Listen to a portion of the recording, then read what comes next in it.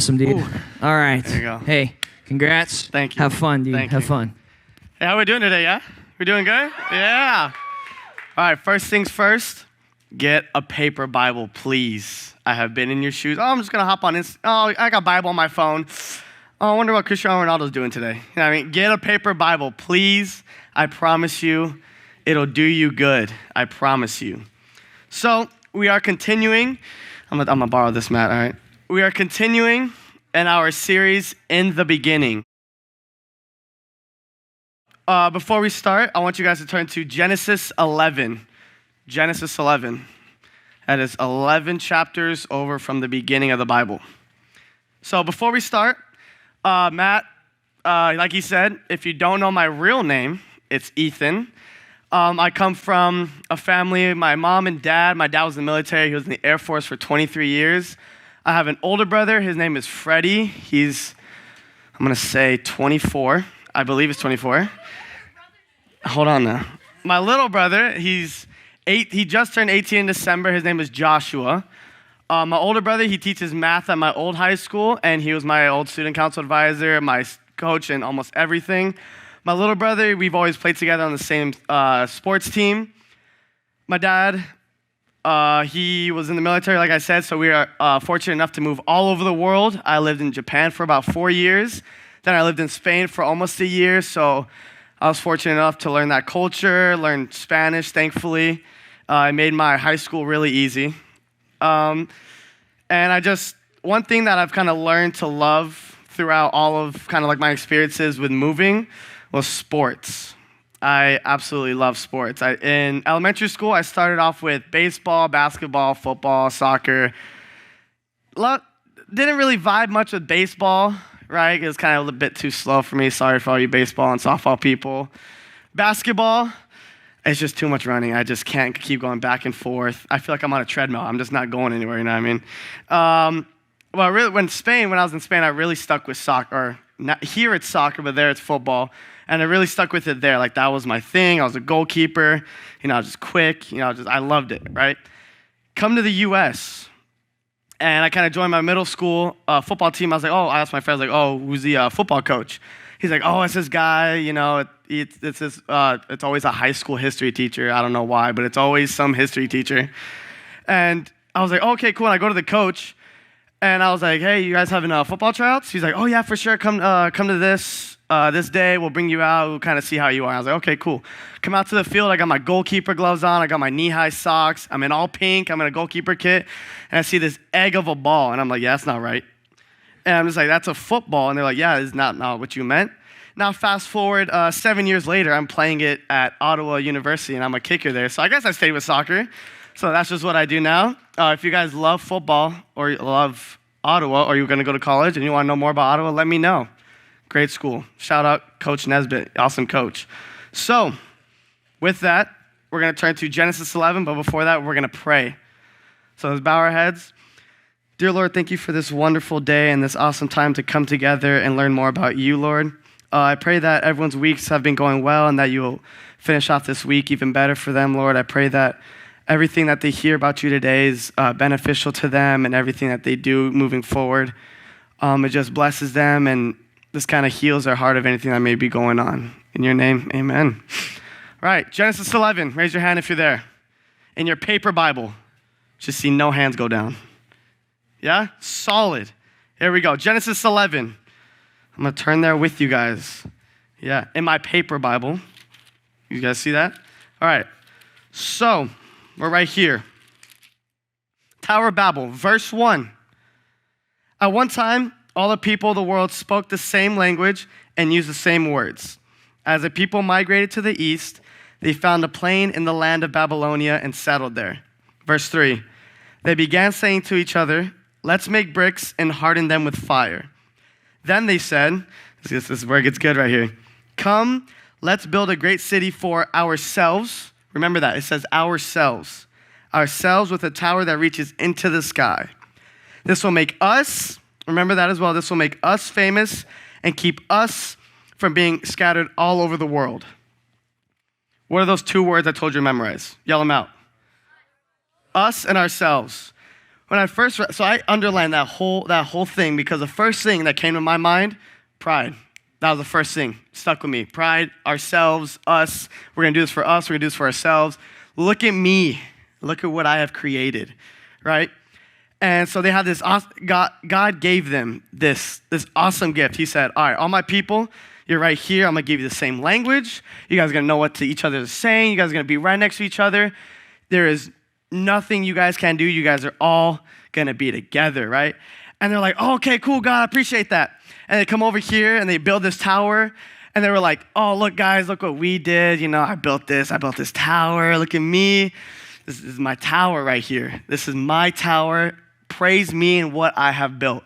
And God was just kind of over here, and he was just kind of like, I gave you guys that gift and talent and that ability to do so, and you guys just took it and you just took all the worship and praise from me and just used it for yourselves.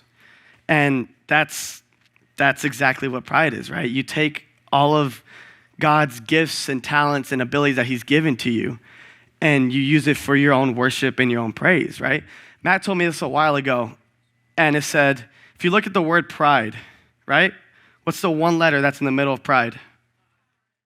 Boom, I, right? And one thing I thought was kind of funny was someone always said to me like, oh, there's no I in team. And you always knew which ones that were kind of higher up on the pride level because they were like, oh yeah, but there's an M and E in there. And I was like, ah, gotcha. You know, like there you are. And I thought that was kind of funny because it's like when you start to become filled with pride, it consumes you, right? It literally takes you over because the moment you have that realization, like, ooh, I have this like power. Like people look at me for this. People not worship me, but they do in a sense. They look up to me for the bad reasons. It just takes you. You know what I mean? It takes you to that level of like, oh yeah, I like that. I like this. You know what I mean? I got this pride.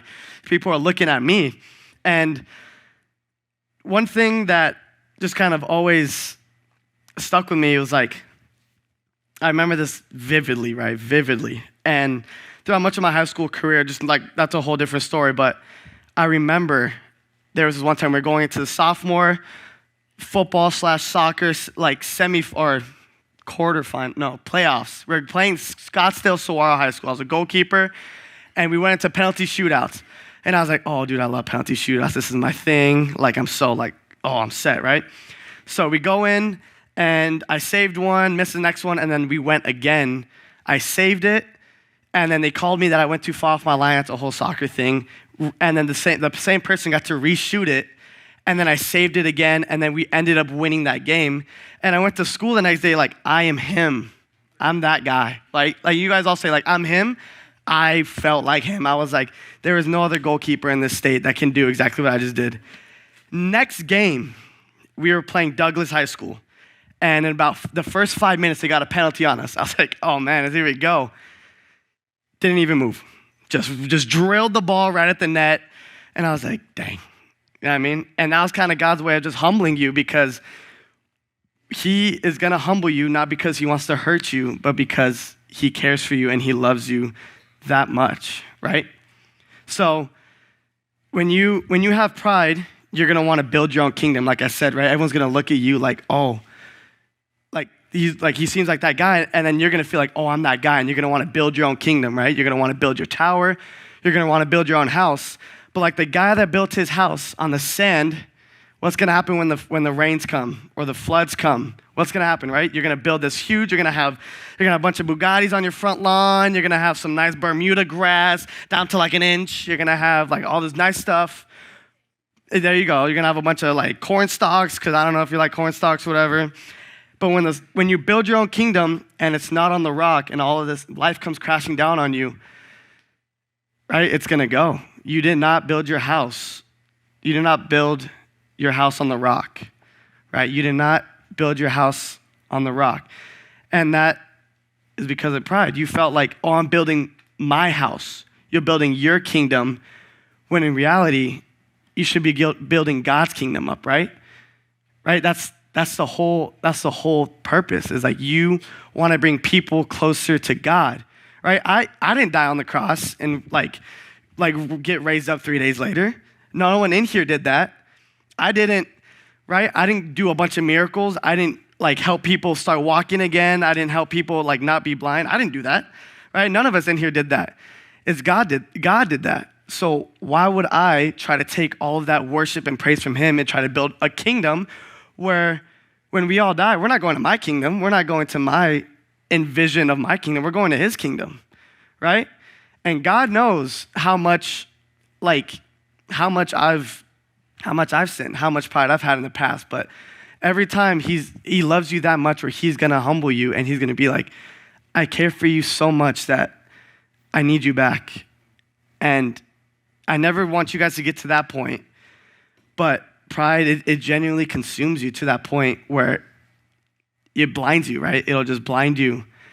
And when he gives you all of these gifts and talents and abilities, he gives them to you for a reason, right? If he gives you the gift and talent and ability to play a sport and you're really good at it and you go over there, that's maybe your opportunity to share the gospel with one of your teammates, right? That they don't know, right? Or maybe let's say you're really good at math, right? And you join like a math club. Maybe those people in there don't have like a knowledge of God, right? That's your opportunity to like share the word. But when you come over here and you're really good at whatever sport you're good at and you completely flip it, then you take God out of the picture. You take that rock out from underneath your house. So then what happens when the floods come? You took God out. You took God out of the picture, right? And that's not very good, right? Because in the end, everything that he did was for us. He gave you everything that not that you want, but what you needed, right? He's given you everything that you could have needed because he loves you and cares for you that much. And then when you don't use that for the worship of God and for yourself, that's where pride tries to consume you. But let's say you may not struggle with pride right now, right? Lucky for you, you guys are awesome if you don't struggle with pride. But let's say you don't, right? Let's say you have some other things and you may be thinking like, oh, what do I do? What do I do now? What do I do here? This, that. Another point where I saw from this was obedience, right? So how do we not fall into pride, right? That was one of my things. It's like, okay, you don't want me to be prideful. How do I not fall into him or fall into pride? And I saw that as like, you just simply be obedient to God and his word, right? Everything he tells you, you be obedient. And that was huge because I was like, wow, that's kind of major, right? Because when it says, like, you need, if you're obedient to him and you listen to his word and you listen to him and everything that he's teaching you and showing you, it's going to work out, right? So I want you guys to keep reading with me right here. But the Lord came down, I want you to remember that, in verse 5, but the Lord came down to look at the city and the tower the people were building, right? So I saw the Lord came down, like he came down here to see what was going on, right? Verse 6, look, he said, the people are united and they all speak the same language. After this, nothing they set out to do will be impossible for them.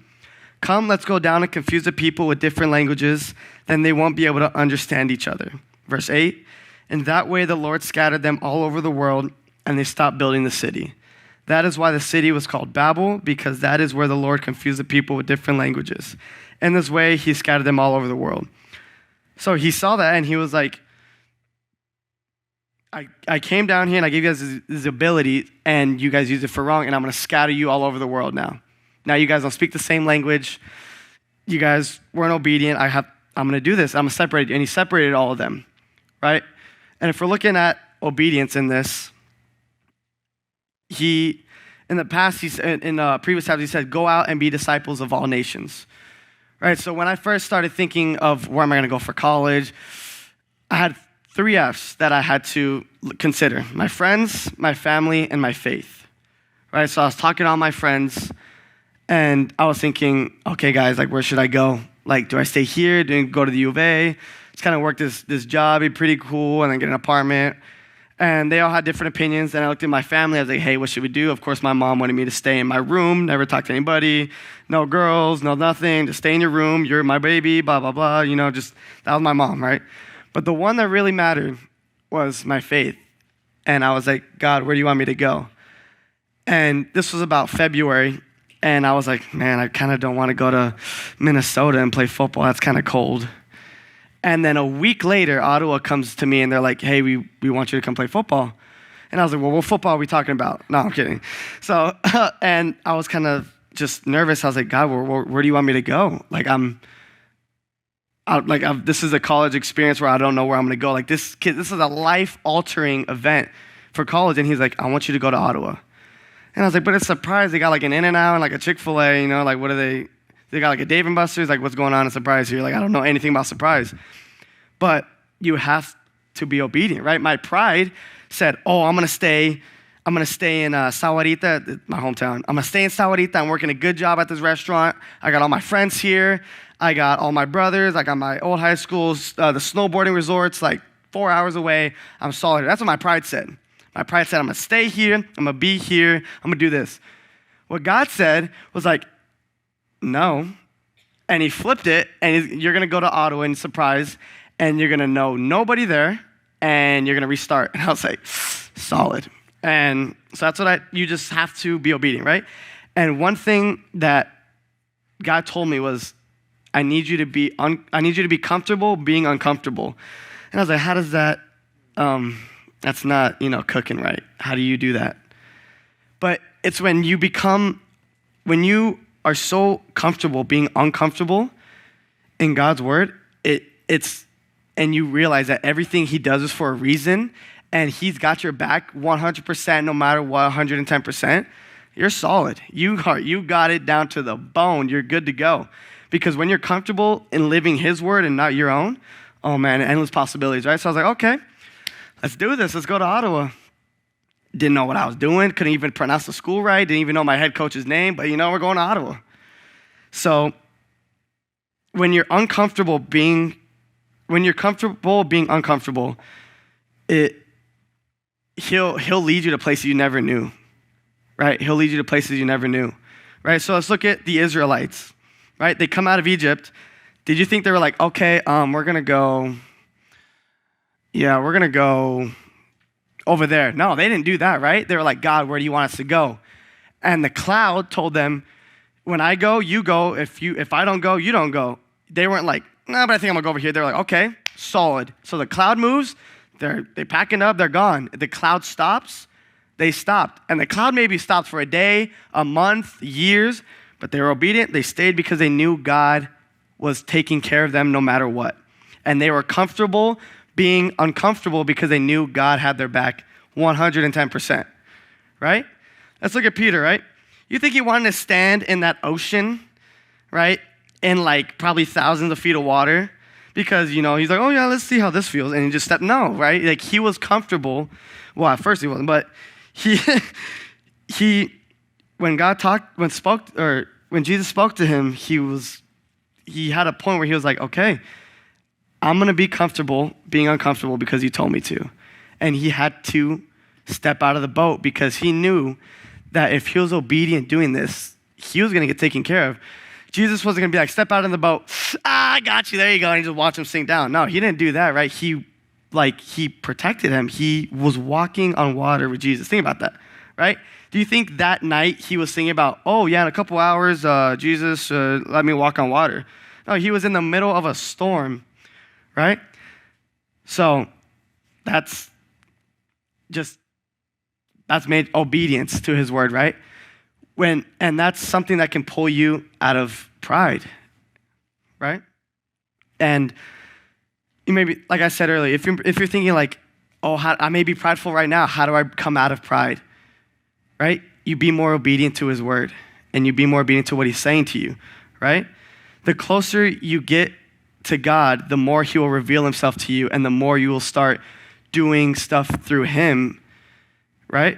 And for him, right? He never hung out with the perfect people. He never hung out with the people that had all the money, had all that. He always hung out with the people that were imperfect, the ones that no one looked to, because that's what he does, right? You may be thinking right now, oh, I may not be perfect. I may not be good enough for God. When in reality, you don't know what he could have for you. as long as you just listen to him and are obedient to his plan, right? Because he wants you. He wants you to come to him and talk to him and listen to him and understand him, because there is nothing that you are dealing with that he cannot help you through. He doesn't want you to be perfect and then come to him. He wants you to be imperfect and come to him, right? And with that, you'll learn. Let's say you do have pride, he'll teach you how to stop having it. And then with that, you'll learn obedience. You'll learn a bunch of different stuff. And it's just that's major, right? You have to be comfortable being uncomfortable, right? And that's always how obedience is going to be, because you never are going to know what God is going to have. If you can raise your hand and tell me what you're going to do an hour from now and be spot on, I will give you my entire college student life savings. And you got to be to the minute, right? But God does, and he knows that he's going to protect you no matter what. So be comfortable being uncomfortable in his plan, right? Because he's got to get your back, right? There's been times I was like, oh, yeah, I don't think God's pulling me out of this one. And sure enough, he was like, all right, here we go, and just pulled me up right out of it. So be comfortable being uncomfortable in his plan for you. And always think, if you're struggling with pride, whose kingdom are you building? Are you building your kingdom? Are you going to want to build your kingdom, or are you going to want to build God's kingdom? Because in the end, when all of us die, whose are we going to? Are we going to yours? Are we going to yours? We're not going to your guys' kingdom. We're going to his, right? So right now, we're going to be going to our small groups. So I want to put your hands together. Put them up here. Here we go. Bow your heads and pray. Lord, thank you for this awesome day again, and thank you for just speaking to these students, God. Lord, I pray that you speak to them even more in their small groups and allow them to kind of see you more with their fellow classmates and just with you, God. I hope that whatever may be going on with this week with school and with coming towards the end of the year, school year, I pray that everything is going well. Any student athletes that may be going through a new season, I pray that you keep them and keep them safe. Lord, in your name, amen. Solid.